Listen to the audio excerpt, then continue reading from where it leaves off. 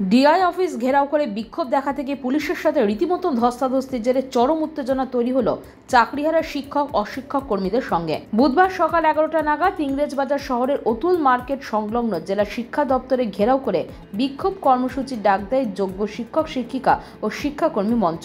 এদিন শতাধিক চাকরিহারা তরুণ তরুণীরা মিছিল করে জেলা শিক্ষা দপ্তরের সামনে গিয়ে বিক্ষোভ দেখাতেই পুলিশি বাধার মুখে পড়ে বলে অভিযোগ। আর তারপরে শিক্ষা দপ্তরের ভেতরে ঢুকে বিক্ষোভ দেখাতে থাকেন চাকরিহারা প্রার্থীরা। সে সময় পুলিশের সাথে ধস্তাধস্তি শুরু হয়ে যায়। রীতিমতন চরম উত্তেজনা পরিস্থিতি তৈরি হয় জেলা শিক্ষা দপ্তর চত্বরে। রাজ্য সরকার শিক্ষা দপ্তরের ভূমিকা নিয়ে এদিন প্রতিবাদে সোচ্চার হন চাকরিহারা প্রার্থীরা। পাশাপাশি পুলিশি বাধার মুখে প্রতিবাদ জানিয়ে জেলা শিক্ষা দপ্তরের সামনেই অবস্থান বিক্ষোভে বসে পড়েন প্রতিবাদীরা।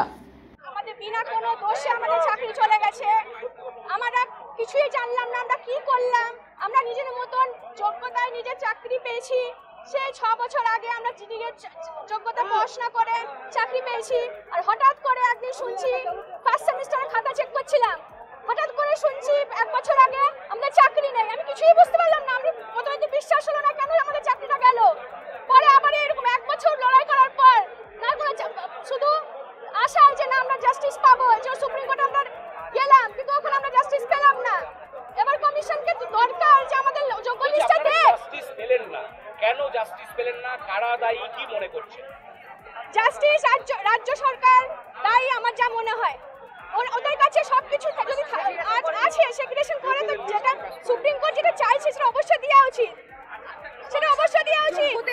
যোগ্যতা অযোগ্যতার লিস্ট আমি জানি না, যোগ্যতার লিস্টটা দরকার। অযোগ্যতার লিস্ট সঙ্গে সঙ্গে ওটা দিয়েছে, ঠিক আছে, এবার যোগ্যতার লিস্টটা পাবলিশ করুক। আমাদের এত অসুবিধা, আমাদের মতন ক্যান্ডিডেট আমাদের বলেছে হাইকোর্ট সুপ্রিম কোর্ট রায় দিয়েছে যে আমাদের বেতন কন্টিনিউ থাকবে, কিন্তু আমরা বেতন না, আমরা চাকরি চাই। চাকরি থাকলে আমাদের বেতন কন্টিনিউ থাকবে, বেতন থাকলে চাকরি থাকবে না। দয়া দয়া চাই না, আমার যোগ্যের জিনিস আমার চাই। আমি কাউকে টাকা দিয়ে দিইনি, আমি টাকা দিইনি। আমার নিজের খরচ কত হয়, আমার নিজের জন্য কত খরচ হয়, আমার একটু এখান থেকে ওইটুকু যেতে আমার টোটো লাগে, আপনারা হেঁটে চলে যাবেন, আমি পারবো না। আমার ছোট থেকে আমি জন্ম থেকে হ্যান্ডিক্যাপ, আমার পাই আমি ব্যালেন্স পাই না, পাই আমি বিনা সাপোর্টে পারি না। আমি এখান থেকে ওইটুকু আমি বিনা সাপোর্টে চলতে পারবো না। আমার এই যে আবার পরীক্ষা দিতে বলছেন, কোথা থেকে আমি পরীক্ষা দিব? একটা পরীক্ষা দেওয়ার জন্য আমাকে কলকাতা যেতে হবে। আমার তখন আমার 10 বছর আগে আমার আলাদা শক্তি ছিল, এখন বয়স হয়েছে, আস্তে আস্তে বয়স হচ্ছে, আমার পায়ের শক্তি আরো কমছে। আমি তার আমার মা বাবা আছে, আমার বৃদ্ধ, তারা আমি চাকরি করে বলে আমার একটা বিয়ে হলো, আমার গতি লেগেছে, কিন্তু আমি চাকরি চলে গেলে আমার ভবিষ্যৎটা কি?